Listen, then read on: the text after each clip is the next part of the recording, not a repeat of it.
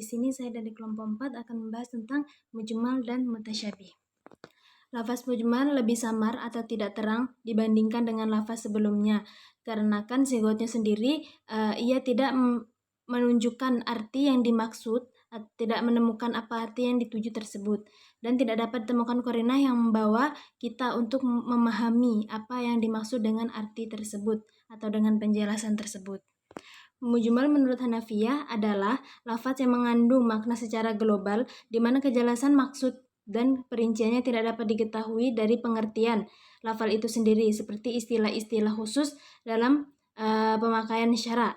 Misalnya lafal sholat, zakat, dan haji, dan lain-lain lagi. Lafal yang bukan dimaksud semata-mata pengertiannya secara bahasa, tapi pengertian khusus menurut syara.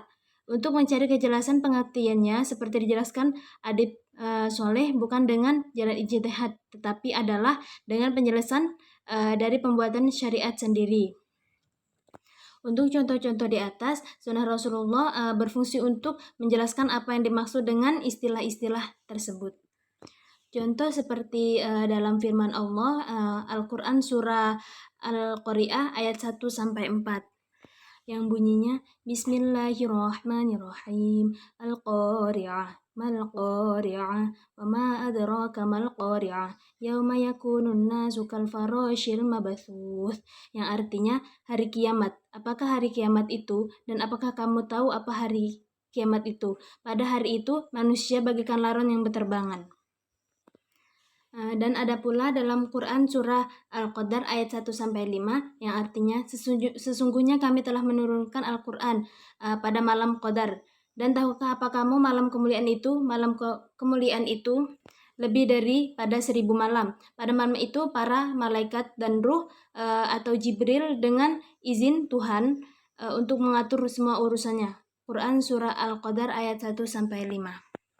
Jadi dari penjelasan dan contoh di atas dapat dipahami bahwa lafaz mujmal itu dasarnya adalah khofiyu yang tidak bisa dipahami artinya kecuali dengan penjelasan syara atau dalil nakli. Di samping itu juga dapat dipahami bahwa al-mujmal kadar samarnya lebih tinggi daripada muskil, karena penjelasan mujmal itu diperoleh melalui syara, bukan melalui ijtihad. Yang kedua ada mutasyabih. Lafaz mutasyabih secara bahasa adalah lafaz yang meragukan pengertiannya. Dalam istilah hukum, lafaz mutasyabih adalah lafaz yang samar artinya dan tidak ada cara yang dapat digunakan mencapai artinya. Ketidakjelasan lafaz mutasyabih ini karena sigotnya sendiri tak memberikan arti yang dimaksud, tidak pula qarinah yang menjelaskan maksudnya. Sedangkan syari membiarkan saja kesamaran tersebut tanpa ada penjelasan. Dalam hal ini, akal atau daya nalar manusia tidak dapat sesuatu kecuali menyerahkan dan melimpahkannya kepada Allah sambil kelemahan dan kekurangan mampu manusia. Mutasyabih itu ada dua bentuk, yaitu yang pertama dalam potongan huruf hijaiyah yang terdapat dalam pembukaan beberapa surah dalam Al-Quran seperti As-Soykar dan Al-Mal. Dalam sebagainya, potongan-potongan dalam bentuk huruf ini mengandung arti apa-apa ditinjau dari segi lafaznya. Dan yang kedua ada ayat-ayat yang zahirnya mempersamakan Allah Maha Pencipta dengan makhluknya, sehingga tidak mungkin dipahami ayat itu menuruti arti lugawinya, karena Allah Subhanahu wa Ta'ala Maha Suci dari pengertian yang demikian. Para ulama juga sepakat dalam Al-Quran memang terdapat ayat-ayat mutasyabih, karena Allah Subhanahu wa Ta'ala sendiri mengatakan demikian, seperti tersebut dalam Quran surah Al-Imran ayat 7, yang artinya Dialah yang menurunkan Alkitab atau Al-Quran kepada kamu di antara isinya dan ayat-ayat yang Muhammad. Itulah pokok-pokok isi Al-Quran yang lain atau ayat-ayat mutasyabihat. Adapun orang-orang yang dalam hatinya condong kepada kesesatan, maka mereka mengikut sebagian ayat-ayat dan mutasyabihat daripadanya untuk menimbulkan fitnah, untuk mencerita wirilnya, padahal tidak ada yang mengetahui ta'wilnya melainkan Allah dan orang-orang yang mendalami ilmunya. Berkata, kami beriman kepada ayat-ayat mutasyabihat semuanya itu dari sisi-sisi Tuhan kami, dan tidak dapat mengambil pelajaran atau daripadanya melainkan orang-orang yang berakal. Quran Surah Al-Imran ayat 7. Dari penjelasan di atas dapat kita pahami bahwa mutasyabih adalah suatu lafal yang menunjukkan kejelasan maknanya dan tidak pula ada tanda-tanda atau dalil-dalil yang menjelaskannya. Pihak yang mengetahui maksudnya hanyalah pembuatan syariat sendiri.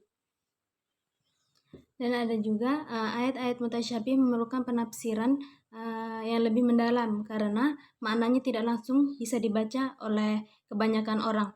Hal ini mengharuskan umat Islam untuk merenungkan dan memahami ayat-ayat mutasyabih dengan mendalam. Kewajiban kita adalah menafsirkan ayat mutasyabih dengan ayat yang muhkam karena Al-Quran dan hadis saling menafsirkan satu sama lainnya. Hikmah ini bisa kita kategorikan untuk ayat-ayat mutasyabihat, yaitu yang hakikat maknanya hanya diketahui oleh Allah Subhanahu wa Ta'ala saja.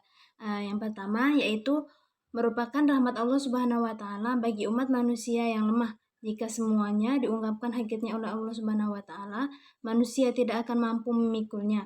Oleh karena itu Allah merahasiakan kapan datangnya hari akhir. Allah merahasiakan itu supaya setiap orang selalu berusaha untuk mengisi kehidupannya dengan baik dan menjauhi keburukannya.